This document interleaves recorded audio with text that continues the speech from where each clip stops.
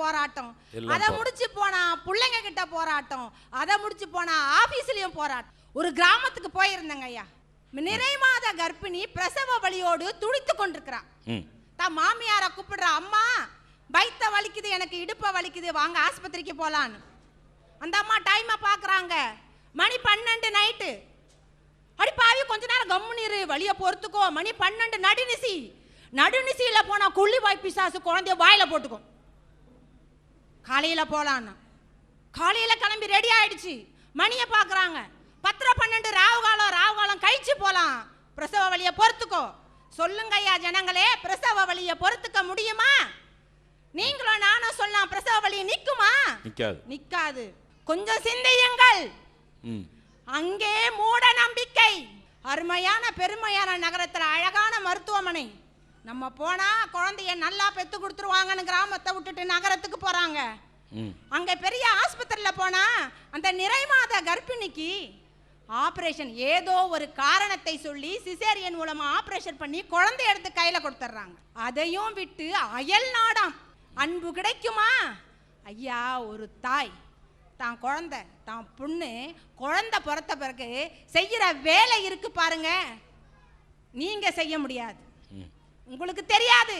அந்த தாய் மருந்தை வாங்கி மாங்குன்னு அம்மியில அரைச்சி அந்த குழந்தைக்கு பச்சிலம் குழந்தைக்காரி பால் சொரக்கோன்னு கொடுப்பாங்க பாருங்க.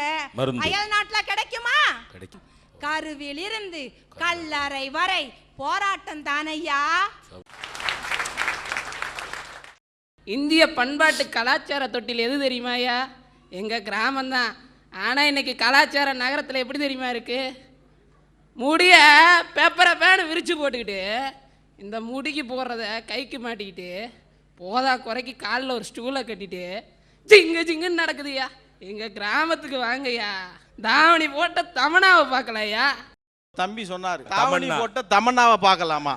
கிராமத்திலே சுடிதார் போட்ட சுந்தரமாலையும் பார்க்கலாம், தாவணி போட்ட தங்கமாலையும் பார்க்கலாம்னு சொல்லியிருந்தா அந்த தம்பியினுடைய பேச்சிலே வலு இருந்திருக்கும். ஒரு கலாச்சாரத்திலேயே மனநிறைவு கொடுக்கறது எங்க கிராமத்துல தாயா. சரி, அடுத்தது காதலுக்கு வரையா. இந்த கிராமத்துல இருக்கிறது ஒரே ஒரு காதல் தாயா, தெய்வீக காதல்யா. நகரத்துல இருக்கிறது இன்னும் 2 வகை இருக்கு. மோசமான காதல், மிகவும் மோசமான காதல். எப்படின்னு கேளுங்களேன். எப்படி? அவன் எனக்கு அறிவு கொளுத்துறான்.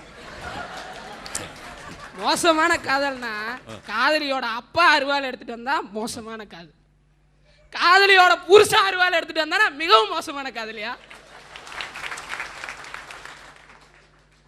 ஒரு கலாச்சாரம் ஆகட்டும், பண்பாடு ஆகட்டும், ஒரு காதல் ஆகட்டும், மன நிறைவான வாழ்க்கை எங்க கிராமத்துல தான்.